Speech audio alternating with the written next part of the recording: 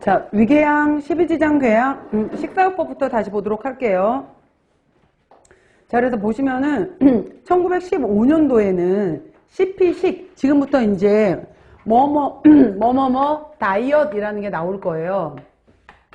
그럼 우리가 원래는 다이어트를 우리가 무조건 뭐 다이어트, 그럼 체중 감량으로만 알고 있잖아요. 그게 아니라 원래 다이어트라는 것은 어떠어떠한 식이다 이런 의미였잖아요. 그래서 CP 다이어트이라고 했었는데 맨 첫 단계에는 뭐 통증이 너무 심하고 아파 죽을 것 같아 라고 했었을 때 우유하고 우유 크림을 넣은 음식을 하루 종일 이것만 준 거예요. 그렇게 되면은 당장 통증이 심해서 막 너무 힘들어. 근데 우유하고 우유 크림을 먹었더니 얘네가 들어가서 위벽을 쫙 둘러싸. 그래서 통증이 사라져. 그런데 문제는 이 사람들이 낫지를 않고 계속 통증을 더 호소를 하는 거예요. 왜 그럴까? 봤더니 맨 처음에는 당장은 얘네들이 괜찮은 것 같았지만은 시간이 지난 다음에 여기 안에 들어있었던 칼슘 여러한 것들이 오히려 공격인자가 되고 있었던 거예요.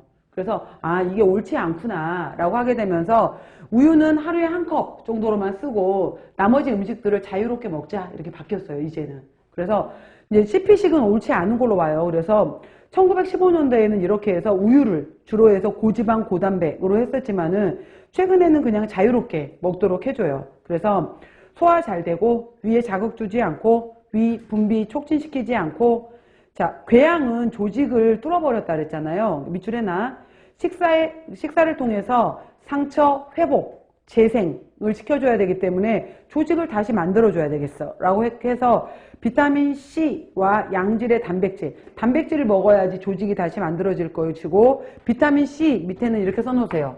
얘네가 바로 결체 조직을 만드는 비타민 C가 콜라겐 전구체 역할을 해요. 그래서 조직을 탄탄하게 만들어주는 콜라겐 전구체 역할을 한다 라고 해서, 우리가 비타민 C 같은 경우에 면역 작용도 굉장히 크지만은 피부 노화를 억제하는 작용도, 왜냐면은 바로 피부의 결체 조직을 만들어서 피부를 탱탱하게 유지시켜주는 이러한 것들. 그래서 비타민 C는 여기서 콜라겐 전구체로 역할을 하는 거고요.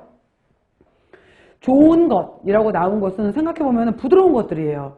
우유, 유지방 약간, 그 다음에 시금치, 근대, 당근, 연한 상추, 애호박 등의 부드러운 채소, 두부, 흰살 생선 이런 것들이고, 피해야 되는 것은 아까 팥 얘기했잖아. 팥은 위벽을 자극하고 위산 분비를 촉진해. 그래서 이런 것 제한해주고, 빵 같은 경우에도 빵 자체로 주지 말고 토스트 해서 먹게 되면 호정화되면서 더 소화가 잘 돼요. 그래서 토스트 형태로, 같은 감자지만은 감자 삶은 건 오히려 줄 수 있지만 감자 튀김, 기름을 이용한 건 주지 말아라 이러한 거고요.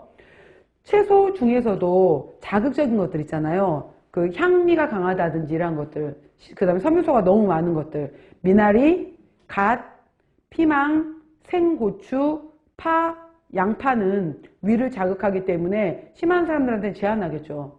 저는 개인적으로 지금 나온 채소들 굉장히 좋아하는데, 개인적으로 저는 생마늘을 잘 못 먹겠더라고요. 고기 드실 때 꼭 생마늘을 통으로 막 씹어서 드시는 분들이 있잖아요.